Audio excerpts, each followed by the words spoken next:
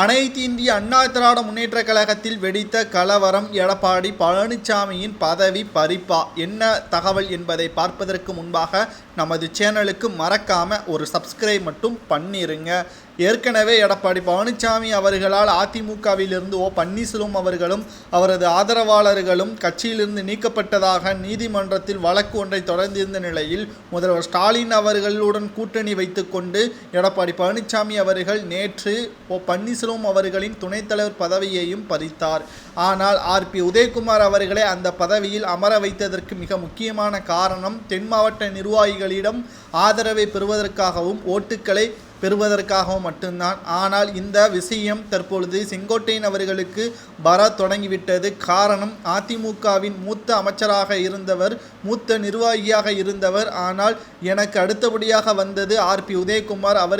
அவருக்கு அதிக முக்கியத்துவம் கொடுத்தது எதற்காக என்றும், அடுத்த முதல்வராகவே நான் தான் கடந்த ஆட்சியில் இருந்திருக்க வேண்டும். ஆனால் எனது மீது 2 வழக்குகள் இருந்த நிலையில்தான் என்னால் முதல்வராக வர முடியவில்லை. விட்டு கொடுத்தது தற்பொழுது எனக்கு மிகப்பெரிய பாதகமாக அமைந்துவிட்டது என்றும் செங்கோட்டையன் அவர்கள் கூறியுள்ளார். OPS அவர்களுக்கு என்னால் ஆதரவுகளை கொடுக்க முடியும். அப்படி கொடுத்தால் தென் மாவட்டங்களில் இருந்து ஒரு ஓட்டுக்கள் கூட உங்களுக்கு வராது என்றும் நேரடியாகவே எடப்பாடி பழனிசாமி அவர்களிடம் கூறியுள்ளார்.